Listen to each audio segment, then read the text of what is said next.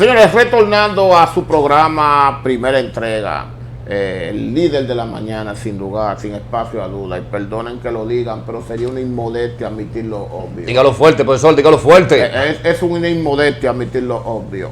Miren, señores, ustedes saben que este programa, una de sus características es que trae gente facultativo para quitarle el follaje a la especulación y que sean las voces con conocimiento, con autoridad, que puedan darle explicaciones a la sociedad dominicana sobre los temas que le abordamos.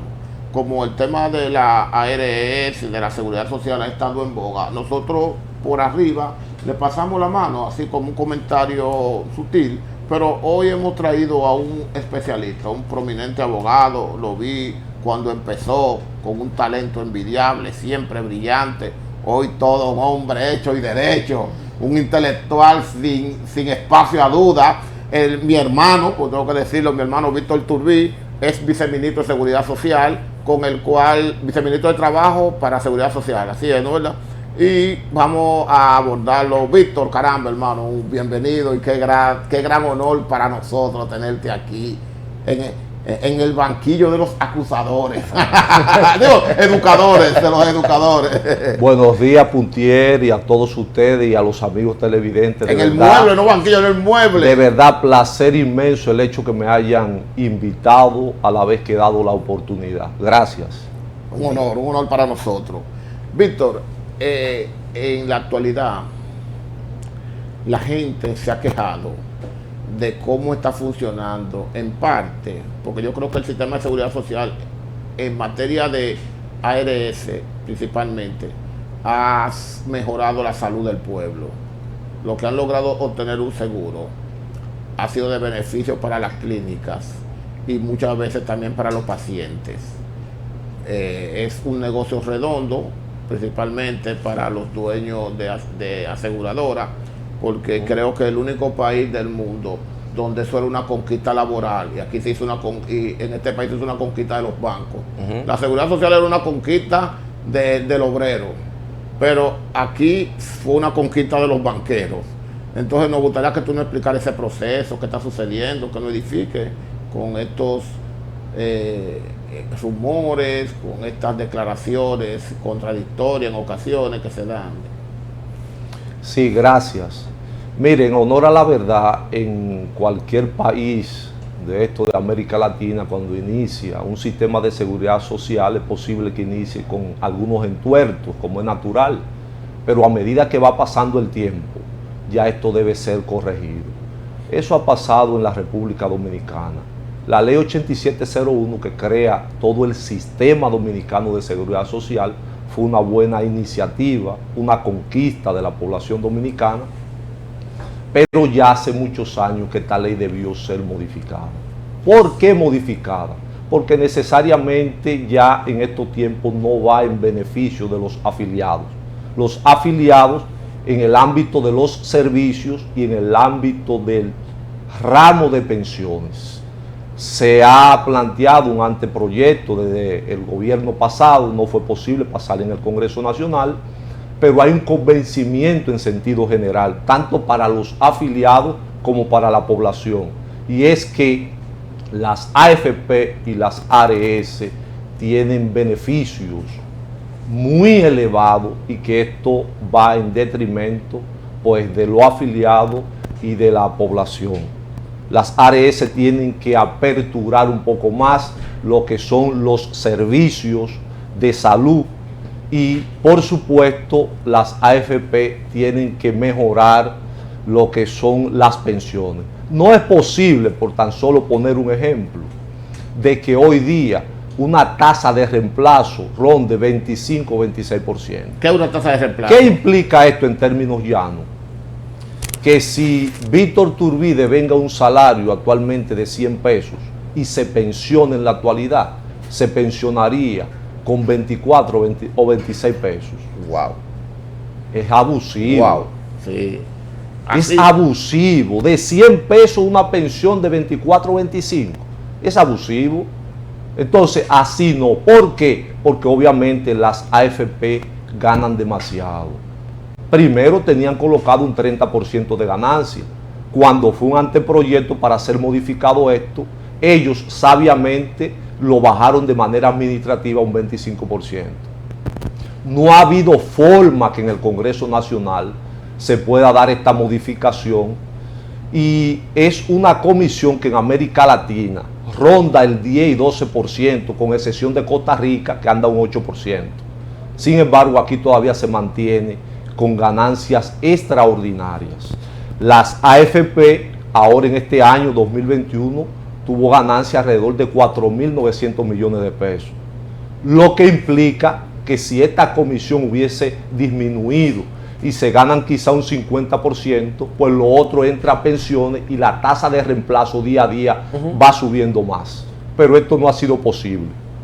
Claro, se necesita de un compromiso político, porque aunque usted vea que los legisladores todos los días dicen que van a modificar la ley, no es posible. Cuando eso llega, pues uno se queda del fin de semana en su provincia, uno está en una comisión, uno le cayó una taza de café, en fin. No hay quórum. No hay forma. Hay un apandillamiento del otro lado, no en beneficio de la población o del Estado, que también entraría en esto. El Estado y los gobiernos han tenido que ver, y por supuesto no se puede dejar de mencionar que las AFP y las ARS saben incidentar, pero no son incidentes de derecho ni son incidentes legislativos, son incidentes puramente económicos. Tú has dicho cosas que Wow. el país no sabe. No, pero son cosas normales. Lo que pasa es que muchas veces esto no se debate porque quienes están detrás de estos sectores, o más bien de estas AFP, son sectores que a veces dicen, entre comillas, poderosos, pero para mí los poderosos son los ciudadanos y los afiliados del pueblo dominicano. Tulbi, yo pensando así, vagamente, diría yo que entonces muchos legisladores y mucha gente que de una forma directa o indirectamente son beneficiados económicamente para que al final esto no se pueda reestructurar. Obviamente su observación sin desperdicio es que las ARS y la AFP han sabido estructurar un mecanismo en el cual desde las elecciones comienzan a aportar para cuando esos legisladores lleguen al Congreso Nacional, pues tener frenado lo que es esta modificación de esta ley 8701. Ahora, en definitiva, ¿qué decimos con esto? Es su propia trampa que están creando, Puntier. Sí. ¿Por qué? Porque esta es una ley que tiene su estirpe, su origen en la ley chilena de seguridad social. Ya ustedes vieron lo que ha pasado, lo que pasó en Argentina. ¿Qué es lo que viene? Posteriormente, estallidos sociales. Nadie quiere estallidos sociales. Ahora, los primeros siempre cuando suceden los estallidos sociales como consecuencia de esto, en llamar al Estado, al gobierno, son ellos. Mire, vengan a cuidar sus fondos. Lo que pasa es que yo he visto que de una manera u otra el gobierno que se ha beneficiado como Estado de esos fondos, porque cuando el gobierno tiene una crisis de dinero, como estas administradoras de pensiones tienen las arcas siempre llenas porque ganan demasiado, le dicen préstame tanto para desarrollar tal cosa, y básicamente como ellos saben que el Estado sabe que están ganando mucho y que tiene la capacidad de hacerlo ganar menos, tratan de llevar la fiesta en paz y le hacen aporte de que como inversión en algunos proyectos, no sé. Es cierto, usted lleva razón, pero esto no implica un desbordamiento en el ámbito de la ganancia de ellas, porque su naturaleza es cierto que es el beneficio, pero no quiere decir que porque el Estado Dominicano, el gobierno, haga un préstamo de estos fondos, pues deje de manera desbordada esta ganancia, porque si no, entonces, ¿en qué vamos a parar? En otros países, ¿qué se hace con estos fondos? ¿Se invierten? Aquí, ¿por qué no se invierten? Porque los fondos de pensiones son más fáciles dejárselo a las AFP para que lo coloquen desde una oficina. Desde una oficina administrarlo, colocarlo, no lo inviertan en nada. ¿Hay algún proyecto aquí de viviendas, por ejemplo, que pueda beneficiar a los ciudadanos? No lo hay. No. En el aspecto social, ¿qué proyecto? En ninguno. Entonces, el gobierno, independientemente de que pueda usar de alguna manera estos fondos, no es motivo para que las AFP se ganen todo el dinero que quieran y por supuesto las ARS limiten los servicios que tienen que dar a los ciudadanos. Porque el problema, yo le pongo un ejemplo, tenemos 8,000 pesos para medicamentos ambulatorios. Entonces, la discusión es, ¿los 8,000 pesos me pertenecen a mí, sí o no?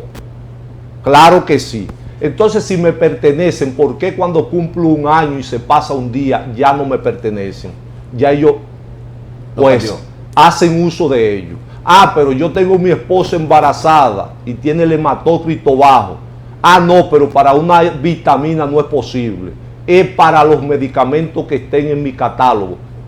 Esas cuestiones no son posibles en un sistema de seguridad social, porque si yo no te doy buenos servicios, posteriormente no me quiera dar una pensión porque no la voy a disfrutar.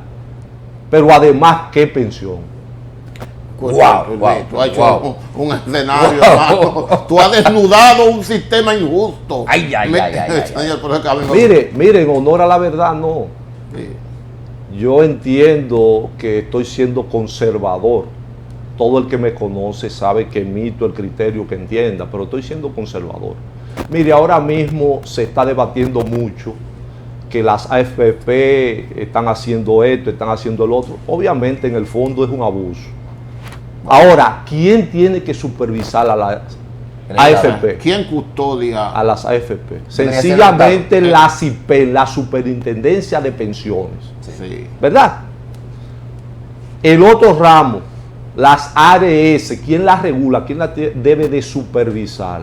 La CISARRIL, que es la Superintendencia de Salud y Riesgos Laborales. ¿Estas juegan su rol? Obviamente que no. Ahora, ¿quién tiene que supervisar a estas dos últimas? Es decir, a la CISARRIL y a la CIPEN.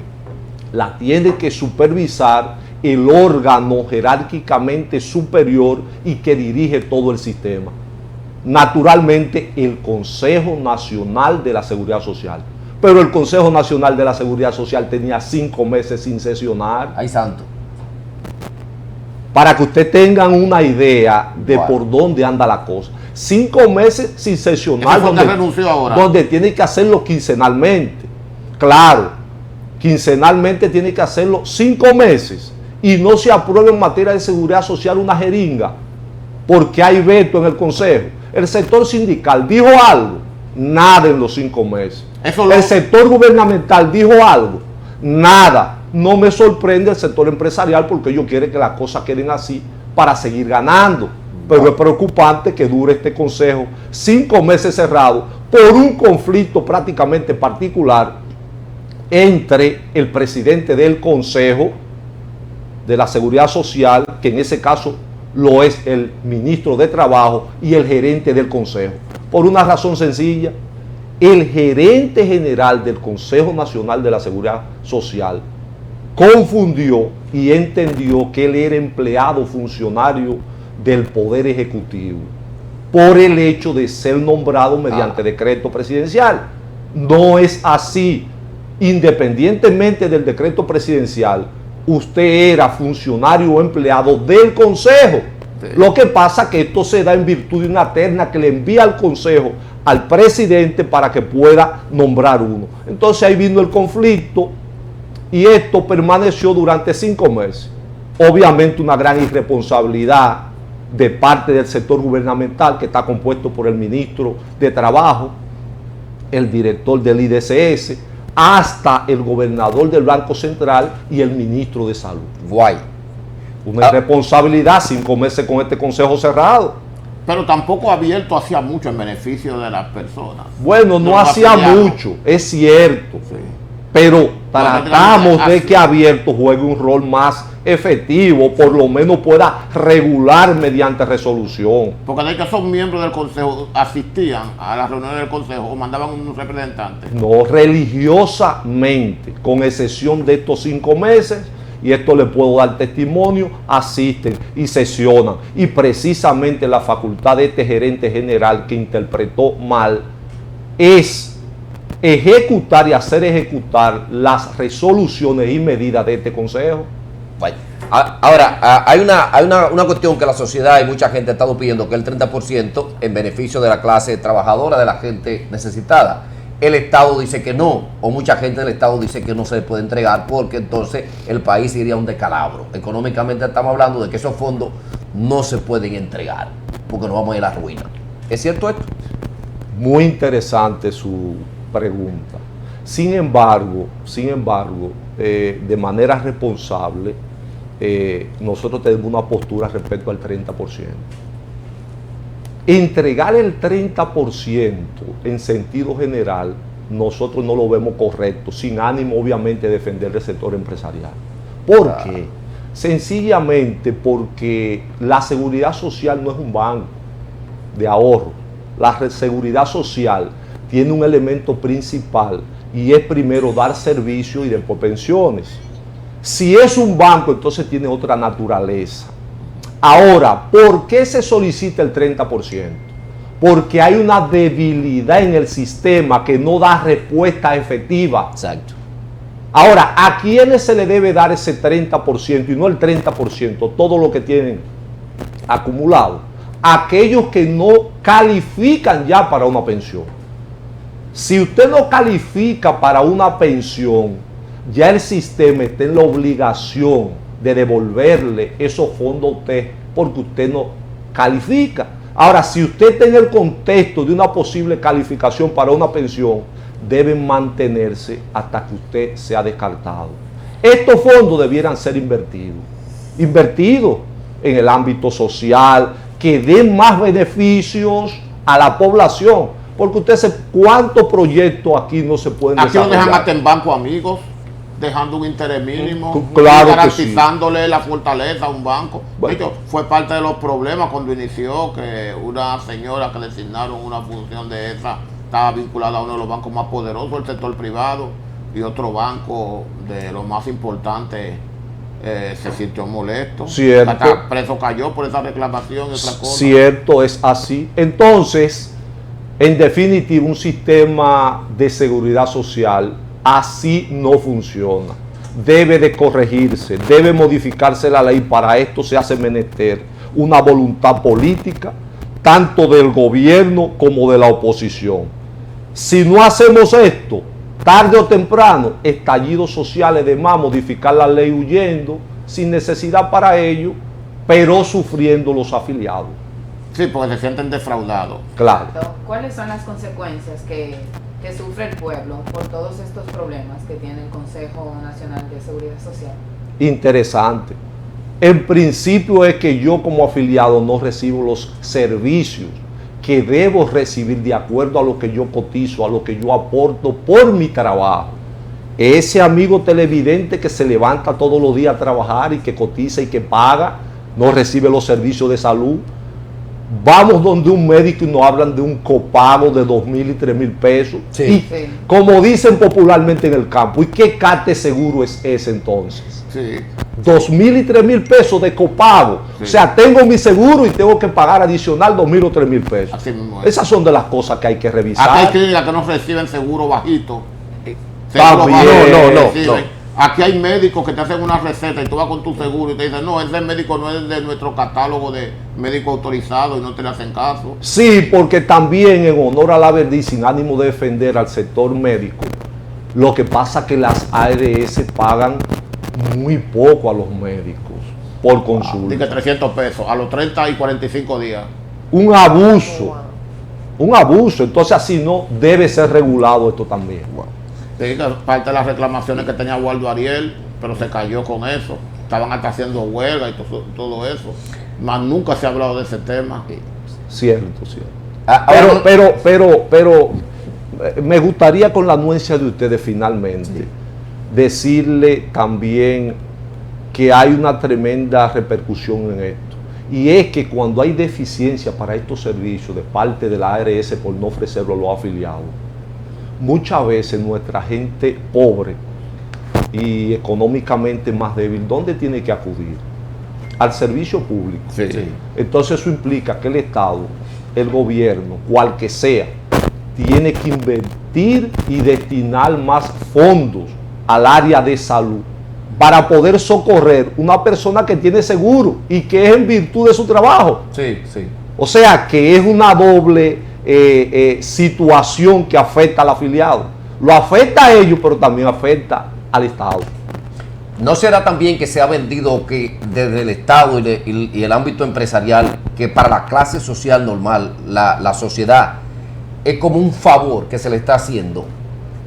Y bueno, la lucha que al final usted tiene que coger para que esos fondos de pensiones, si una persona muere, le puedan entregar, o si a la hora de jubilarse también para poder yo obtener eso, es una lucha constante. No se ve como un favor, o quizás se la ha vendido así a la sociedad. Sí, es cierto, y la sociedad lo piensa así por las trabas en cuanto a procedimientos para poderla obtener, que deben ser mucho más fácil. No se debe someter a un procedimiento de partición, de qué sé yo qué, y tú ahí de nuevo punto y de nuevo punto. Es imposible. Venga acá, usted fulano de tal, si usted cumple con eso, usted es merecedor de eso, una cuestión de trámite. ¿Cómo es posible que yo esté elaborando y me pensionan y quedo sin seguro? Eso es fácil de corregir. Aquí hay un tema con los seguros. Por ejemplo, una mujer está embarazada, tiene una póliza. Dice, como yo estoy embarazada, yo voy a modificar mi póliza y voy a poner una que dé más beneficio. Con ese cambio de póliza ni le funciona a la vieja, ni le funciona a la nueva. Porque dice, bueno, la nueva póliza dice, no, que tú estás embarazada, si hubiera estado antes, yo te cubría, pero con esta nueva, ya tú empezaste. Y con la vieja, bueno, ya tú la cancelaste. Sí, ahí hay un tema ciertamente. Si ha iniciado con una póliza y ya se detectó el embarazo, obviamente debe seguir con este, porque sería una jugada, digamos popularmente, no bien vista, porque se cambia a la obtención de otros beneficios que en principio no estaban contemplados. Pero si hace la elección antes de detectar el embarazo para ser beneficiada con este último caso o procedimiento que usted hace referencia, pues podría ser posible. Pero yo te estoy pagando, un nuevo ingreso royal, por ejemplo. Yo te estoy pagando un nuevo VIP, te estoy pagando un nuevo proyecto.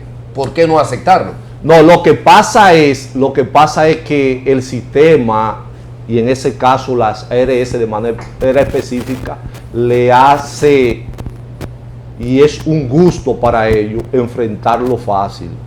Y lo fácil implica con antelación al embarazo, porque el embarazo se supone que pudiera traer algunas consecuencias o gastos adicionales. Exacto. Y ellos donde ven gastos adicionales o consecuencias que se pueden derivar en gastos, no les gustan mucho. Sin embargo, ya es un problema del sistema en la regulación, que tiene que establecer estas cuestiones, tenerlas claras, que independientemente de que la persona quiera o no, pues entre de manera automática, porque ¿qué es lo que ellos requieren? Que se le pague y se le está pagando. Exacto. Exacto. Sobre eso, cuando una mujer solicita una póliza de seguro, tiene 3 meses para que, por si sale embarazada, el seguro le cubra. También, es una pregunta, también, está muy atenta cuando una mujer da a luz a una póliza en una póliza de seguro, dentro de ella, el bebé no tiene el seguro. O sea, ¿usted ve bien todo eso? Obviamente que no, pero en honor a la verdad, esto hay que buscarle una solución, y no solamente en los 2 ejemplos que usted muy bien observa, sino más bien hasta en materia de algunas cirugías puede cubrir posterior a los 3 meses. Sí. Eso lo establece el sistema. Esas son de las cosas que hay que corregir, porque se entiende que si usted procuró un seguro es para prevenir alguna situación, y si mañana usted va a hacer uso de cualquier cirugía es para que le cubra. Otra situación que se dé en el catálogo de servicios que establecen la ARS es que a veces cubren una parte de la cirugía y otra no. Entonces, ¿cómo es posible, por ejemplo, que en el trayecto de una cirugía no se cubra entera y que sea una parte? Pero esa discusión se lleva en el consejo cuando hay algo, y si está cerrado, ¿dónde usted lo discute? No, hay otra cosa peor en el consejo, y es que existe el veto en el Consejo Nacional de la Seguridad Social. ¿Qué implica el veto? De manera sencilla, para que los amigos televidentes, nos puedan entender. Que de la composición del Consejo Nacional de la Seguridad Social, sí, ese consejo, que es el que dicta las medidas adicionales a lo que dice la ley, a lo que dicen las reglas, está compuesto por el sector gubernamental, que es el gobierno. Le hablé ahorita del ministro de Trabajo que lo preside, el ministro de Salud Pública, el director del IDSS y hasta el gobernador del Banco Central. Ese es el sector gubernamental. Está el sector empleador, que es de los empresarios, normalmente representado por el CONE y Copardón. Y está el sector sindical, los trabajadores, las principales tres federaciones. Los mudos. Los mudos. Lo único que hablaron fue para buscar pensión, que le subieran la pensión. Estos tres sectores, ahí no se cambia nada, tiene 100 años, estos tres sectores, además del sector médico, se mueren en los puestos. las personas discapacitadas que saca un representante, las personas de enfermería, algunos sectores más, pero estos tres fundamentalmente tienen derecho a veto. ¿Qué implica esto? Que si un solo no está de acuerdo en aprobar algo en ese consejo, no es posible. Ahora, lo peor es que ese veto en nuestra legislación no está regulado. ¿Qué implica eso? Que se puede oponer y decir solamente no estoy de acuerdo. Y basta. A mi entender, en una propuesta que hacíamos, planteábamos la regulación de ese veto. ¿Qué? Que en algunos montos usted no puede tener veto. Claro. Porque un infeliz está reclamando algo, una persona que no sea infeliz. Sí. En alguna materia, el veto debe ser clasificado. Hay en una parte Y que usted motivado. tiene veto. Y motivado. Claro. Pero usted se imagina de que el sector empresarial decir que no estoy de acuerdo en algo porque la cúpula empresarial dijo que ese tema había que discutirlo. Y ponen 4 o 5 incidentes discutiéndolo la cúpula. Y la población ahí esperando. A veces enfermo de alto riesgo. Wow. Y no es posible. Sí, que es un tema. Es un abuso. Eso es un abuso. Por eso que me gusta FENASA. Sí. Claro que sí. No. En honor a la verdad, lo mejor, como Ares. Nati quería preguntarle algo. Doctor Víctor, ya casi para cerrar, explíquenos por qué el diputado Botellos demandó a los administradores de los fondos. Bueno, hay una situación en eso. Él entiende que la aplicación que han hecho en cuanto al beneficio de los afiliados los afecta. Habría que ver, por lo menos en detalles, en qué él fundamenta esta demanda, esta acción. Obviamente que además de abusiva es ilegal, y si se discute en justicia mediante los procedimientos y los canales jurídicos del lugar, quien sea va a tener ganancia de causa ante las AFP. Porque fue por la cuestión de la baja del dólar.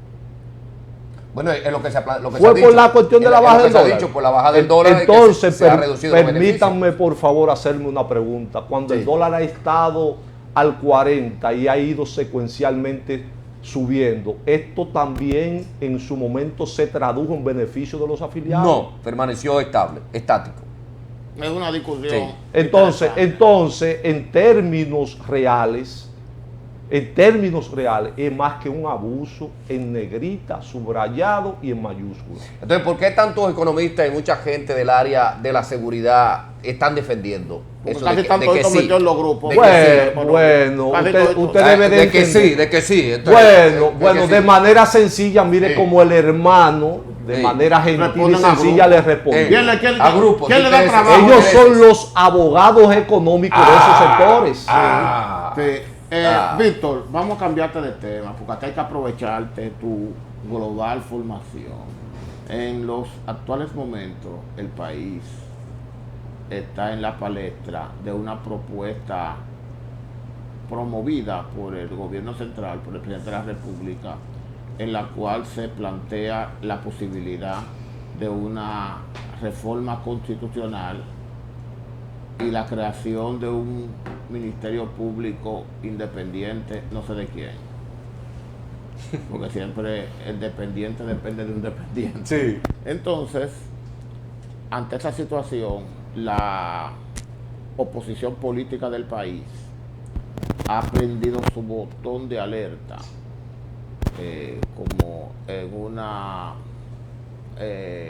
en una cita de el Chapulín Colorado, han levantado las antenitas de viril porque han entendido que eso también viene acompañado de una modificación en el porcentaje del 50+1, que es el que se tiene, y reducirlo a un 40, como lo solicitó en su momento y lo reclamó, de que un acto de justicia por Peña Gómez, la directora de ética planteó eso, la doctora Milagro Ortiz Bosch. ¿Qué opinión le merece a usted esta solicitud? Bueno, en sentido general, yo pienso que en la vida, en el mundo, nada es estático. Las cosas podrían estar sujetas a cambio.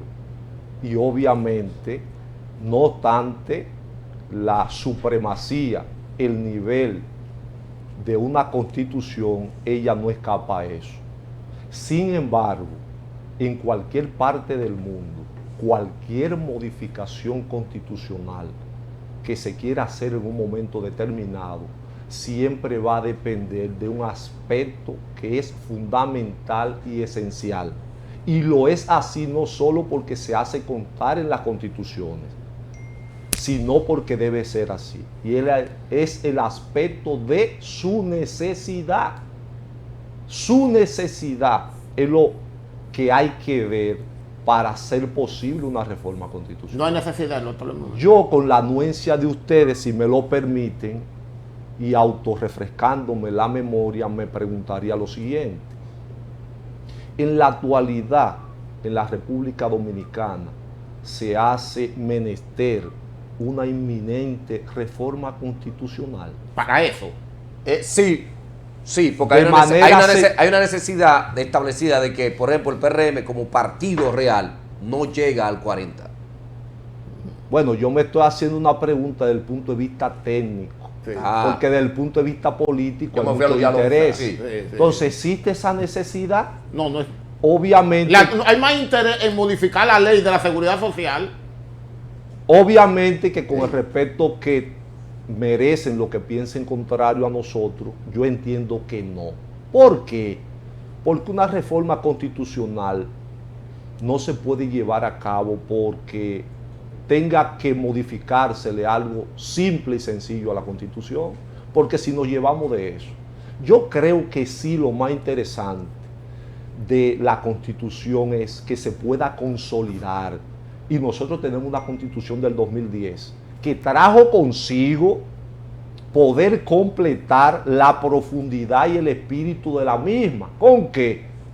Con poder completar algunas leyes que se derivó de esa misma Constitución. ¿Se han aprobado muchas leyes de esta? Obviamente que no. Entonces no podemos hablar de una reforma constitucional en este momento, sobre todo para la incorporación del tema que usted muy bien ha señalado, que es la independencia, entre comillas, del Ministerio Público. Ahora, ¿qué pienso del Ministerio Público? Usted pudiera tener un Ministerio Público que se haga constar en la Constitución de manera independiente. Y si verdaderamente no tiene una independencia y un trato financiero, no lo es. Si no tiene una cooperación de lo que son políticas públicas de Estado en el ámbito de la prevención y en contra de la criminalidad, como le encarga la Constitución a la Procuraduría como ramo del Poder Ejecutivo, no es independiente nada. Entonces, en la actualidad, existe la posibilidad del Estado, del gobierno, de cooperar con estos dos ramos. ¿Se le dio mínimamente, se le asignó en el presupuesto actual lo que merece el Ministerio Público? No. ¿Se le está acompañando con estas políticas públicas de Estado? No. Y entonces... Pero O sea, que el pueblo dominicano no está preparado para una reforma constitucional. El pueblo lo está. Sí. Lo que pasa es que el pueblo ahora no es su principal tema. Ahora usted le pregunta a la población, ¿cuáles son los temas vitales ahora en una agenda nacional? ¿Cuáles? Número uno, el tema de la pandemia, salud. El aspecto sanitario, que aunque el COVID hemos avanzado un poco en el ámbito de la vacunación, todavía es un problema que no sabemos dónde pueda parar. Además, las propias debilidades que tienen nuestros hospitales. Es un tema esencial.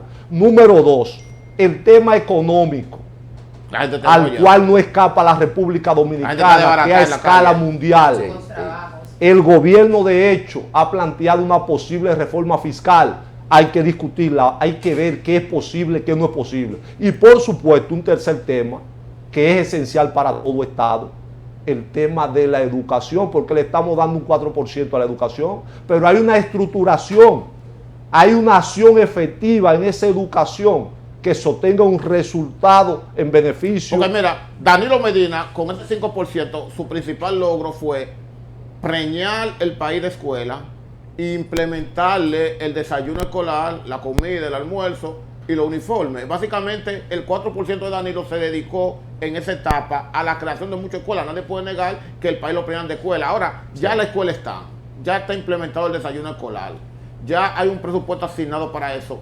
Como no se están creando escuelas nuevas, porque hay suficientes, aunque nunca son suficientes, esa parte que se están ahorrando de la creación de escuelas nuevas, ese ahorro, con esos fondos, ¿qué se está haciendo? O sea, ¿cómo tú has visto un programa para desarrollar la mejor calidad de la educación dominicana? Porque lo que tú has visto es que se dio una millonada. Mira, yo conozco al dueño de una planta televisiva, bien, que estaba vendiendo su planta en 40 millones de pesos. Se la arrendan por 100 Uf. y le dejan su planta. Diga, para dar clases virtuales, ¿entiendes? El tipo ha hecho el negocio redondo. Y Claro. así a muchos le han ido bien. Eso ha sido un negocio de los medios. Pero ahora que se abre el año escolar abierto, que el año escolar es abierto. O sea, ¿cuáles son las implementaciones que se están llevando y cuáles son las medidas para fiscalizar la efectividad de ese 4%? Porque el 4% no fue para que se lo repartieran como un botín político. Correcto, correcto. Entonces, ahí, para volver a la pregunta originaria, es que tenemos que invertir el tiempo. Salud, economía y educación, todo el esfuerzo necesario, tanto del gobierno como de la oposición. Si nos embarcamos en una reforma constitucional, señores, esto lleva tiempo y van a surgir sectores que van a plantear temas que de manera legítima deben ser discutidos. Entonces, aquí hay intereses, esto lleva tiempo, lleva debate, lleva discusión, lleva darle forma en el orden legal constitucional. ¿Ese es el camino más correcto en estos momentos de la República Dominicana? Pienso que no. Por eso no. entiendo que Eso fue no lo que es. dijo Anthony Quinn. Eh. Eso es lo que dijo Anthony Quinn, que representa básicamente el interés, la agenda política. Claro, De correcto. gente que Una están gente seguros política. que hoy día no consiguen el 50+1 y quieren ver si con el 40 pueden colarse. Bueno, pero si Pero es usted, un riesgo pero si también. usted me lo permite, entonces, si es desde el punto de vista político, la parte proponente tiene la matrícula necesaria en el Congreso Nacional para pasar una reforma. No, no lo tiene. Entonces, si la oposición, lo que tiene representación en el Congreso, han dicho que no es posible en estos momentos una reforma, ¿con quién la van a pasar? ¿Van a apelar a otros mecanismos no lícitos para poderla pasar? Bueno, pero que hay un maletín. Se puede utilizar un maletín. Maletín. Pues, porque tú El dices, maletín trae consecuencias. sí, peligrosas. Señores, Tulbi, para nosotros es un honor, tú eres un expositor magistral, tú eres un hombre que sabe decir las cosas con una claridad meridiana, que solamente el que tiene el que no quiere escuchar no te entiende. Queremos agradecerte tu participación aquí. Nos quedaron otros temas en la agenda, está combinado para volverte a invitar prontamente y seguir desarrollando temas de interés nacional. Bueno, Muchísimas gracias. bueno, en primer lugar, yo sé que sus palabras son por la amistad y el cariño que me profesa. Y en segundo lugar, claro, se nos quedó el tema de la justicia, el Ministerio Público, El Ministerio importantísimo. Público Así también. que a su orden compartir con ustedes. El Gracias. fideicomiso, muchos Gracias. temas. Señores, gracias por la sintonía y pasen feliz resto del día. Hasta mañana.